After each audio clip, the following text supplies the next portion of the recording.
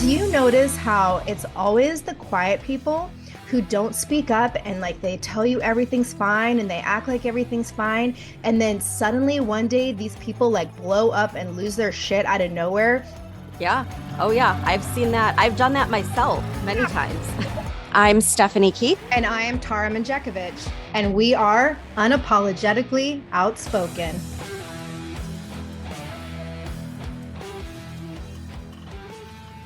Hello, everybody, and welcome to our Motivation Manifestation Monday. So, Stephanie, I read an article recently in Scientific American. It came out a couple weeks ago, and it was talking about how negative emotions are key to well-being and that they're essential for mental health. And this article was written by a psychotherapist, and she was talking about how her clients will end up like during their sessions apologizing for being negative with her because they're bringing up like these traumatic or negative circumstances, and then they feel guilty or ashamed about expressing that negativity, so they apologize. And I find myself doing that when I'm being telling someone something negative. So she brought up the perspective that she believes people make these apologies because we're basically conditioned to believe that we have to project this image of happiness and being upbeat all the time. And like we see this on social media when you only see like the best part of people's lives and it looks like everyone is super successful or they seem to be doing better than you are. And it's this perception of like a picture perfect life. And while some people can find that motivating and something to strive for, other people find it depressing. And then it leads to like more negative feelings and more lack of self-worth. And so this therapist basically wrote about how negative emotions like anger and sadness and frustration, that they're all natural and they're an important part of life, and that attempting to suppress these emotions can actually diminish our sense of contentment. So obviously being positive is beneficial to mental health, and we talk about that a lot. But experiencing unpleasant feelings is just as important as experiencing and embracing positive feelings because they help you make sense of like the ups and downs of life. And when you allow yourself to experience negative feelings, it can actually have a positive impact on your life because they emphasize like a sense of meaning, and it contributes to personal growth and getting to know yourself better and understand yourself better. And these are all critical components of being able to develop like the resiliency that gets you through the adversity and the tough times in life. So we want to avoid negative emotions because they're uncomfortable and they make us feel bad and they lead to stress and anxiety and overwhelm. So sometimes we think that, if I just ignore this negative feeling, it's going to go away, or you just push it so far back in your mind so that it doesn't surface. But that's when shit goes south. Like, Stephanie, do you notice how it's always the quiet people who don't speak up and like they tell you everything's fine and they act like everything's fine? And then suddenly one day these people like blow up and lose their shit out of nowhere. And all these like unprocessed emotions boil to the surface. And it's totally unexpected because you just never saw them act like anything was wrong. Yeah.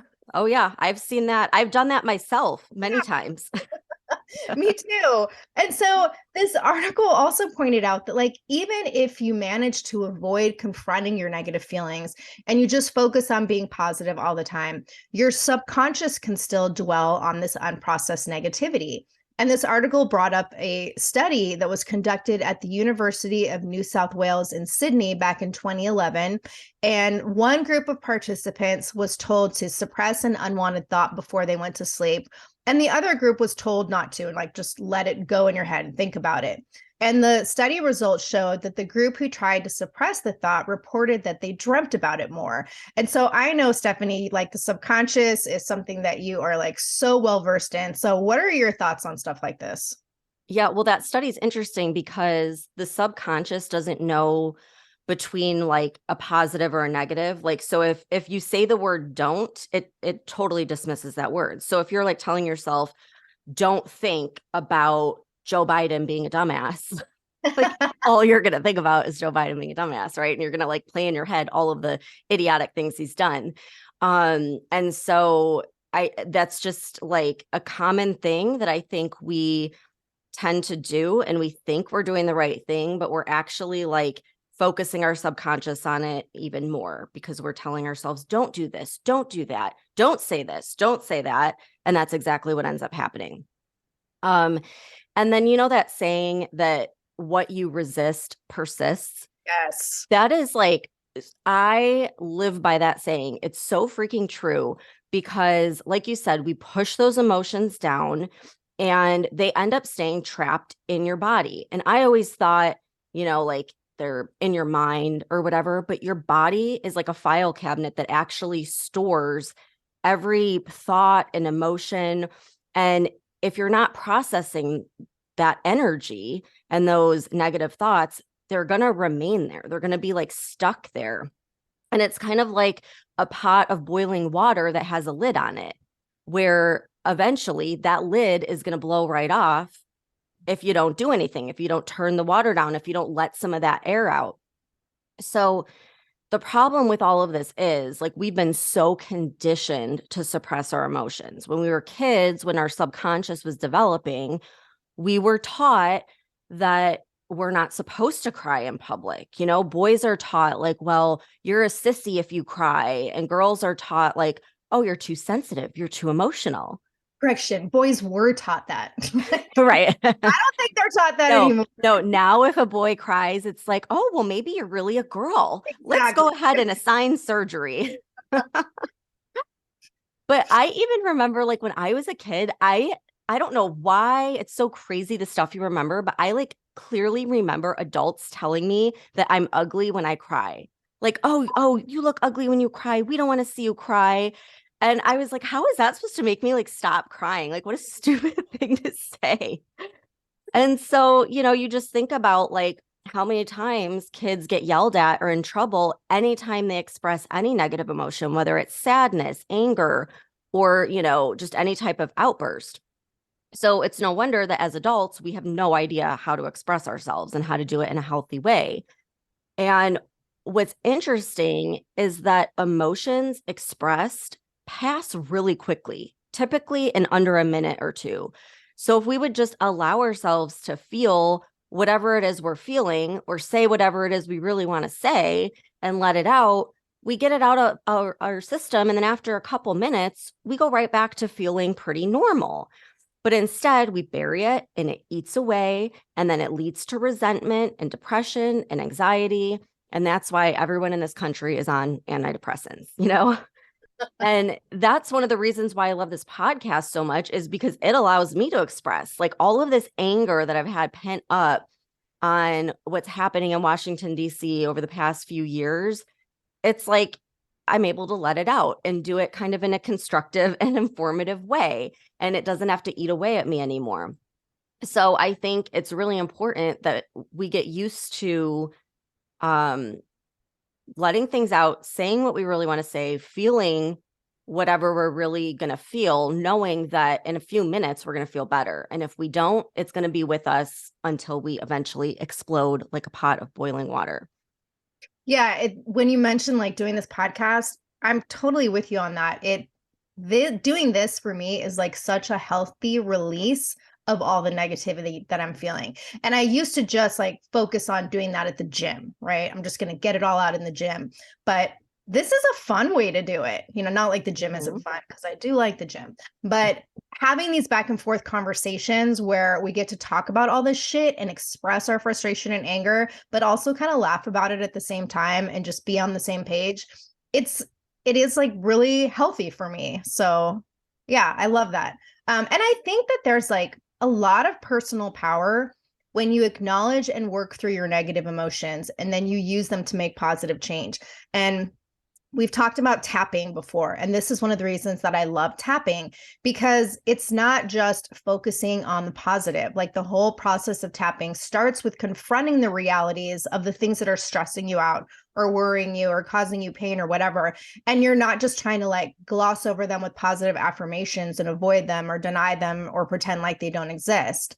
And so to me, tapping is like super powerful for that. And then another reason to acknowledge your negative emotions, and this is one that I've been trying to pay more attention to lately, is when you have negative emotions, they're often trying to tell you something. Like you need to pay attention to a situation or an event or something happening in your life and like dig deep to find out why you feel negative about it. Because oftentimes your negative emotions are telling you that something needs to change. And you can make the choice to use these emotions to motivate you or inspire you to make decisions that will result in positive change. And that's exactly what happened to me when I was experiencing like the high levels of anger and frustration and anxiety and negativity when I was a cop and I was working in an environment where I felt like I was spinning my wheels and not making a difference. And I could have totally suppressed those emotions like most of my coworkers did and just continued to grow more resentful and more angry and stayed in that job. But instead, I decided to confront my negative emotions, and that ultimately led me to make the decision to leave my career and change my life in a way that resulted in like overall better mental health for me. So I think that when you take the time to understand and process your negative emotions, it can help you learn like problem solving methods, and it contributes to better decision making. Like if you're angry or depressed or sad or whatever, like take a look at the root cause behind it, because it can help you gain control of your emotions and learn how to manage them instead of just shoving them aside. And then there's also a very powerful connection between mental and physical health. And you talked earlier about like how your body stores negative emotions that you don't process. And when that happens, like, and this has happened to me on many occasions, it can result in physical symptoms, illness, and disease. And that's like huge. And I think a lot of people don't realize that. Yeah, that happened to me where when I was in the corporate world in sales, I mean, it was great for a while until it wasn't. And it got to the point where it did manifest physically, where I started having panic attacks, where I felt like I was having a heart attack, like I couldn't breathe, my chest hurt. And I remember going and talking to this PA that was like, she freaking changed my life, because she was like, Stephanie, this is a good thing, because just look at it as like a feedback loop or data that's telling you something's out of whack in your life. And you're lucky because you know the root cause. It's your job. So this is telling you you need to change. Like get a new fucking job. Like she, it was very like to the point. And that really changed my perspective, because it's like anytime you're feeling something like that, it gives you an opportunity to see like what is out of alignment or what is out of balance, and do I need to make a change? But I think we get so used to suppressing these negative feelings that we get used to feeling really shitty and uncomfortable. And so we never change, because we just like reside to the fact that, oh, this is just how it is. This is just life. Life sucks. Everything's hard. Everything's depressing, And you had mentioned tapping. And again, like I did not like tapping when I first started it. And it's really funny because we did a lot of this in my mastermind. And when everyone started it, like the first one we did, they did not like it, because they're like, I don't like saying these limiting beliefs out loud because I feel like I'm going to manifest it. And it's like they were so afraid of even saying it like once. But then after, when they felt that release of energy and they felt like lighter, they're like, oh my God, like now I see, why it's so important. And it's like saying it out loud, it loses its power. You're bringing it to light. I heard someone the other day say like sunshine's the best disinfectant. And I'm like, I feel like that's what we're doing here. We're bringing all this dark shit to light so that it could be exposed and it loses its power, and we're disinfecting it or whatever. So it's like, you got to get that stuff out.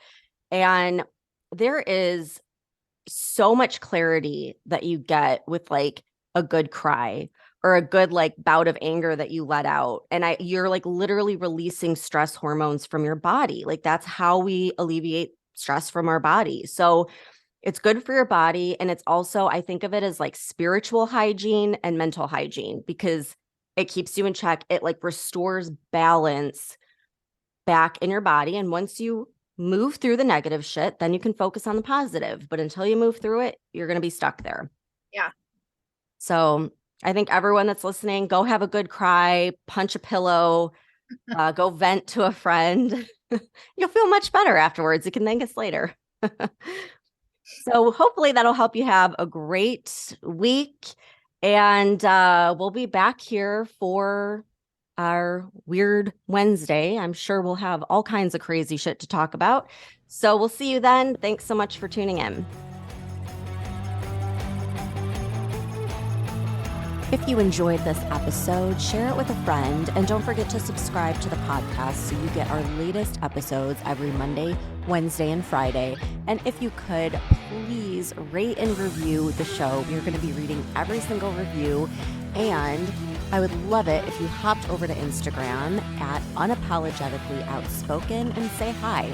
We want to see who's out there and start a conversation, plus get all of the topics that you want us to talk about next. Thank you so much for tuning in, and we'll see you next time.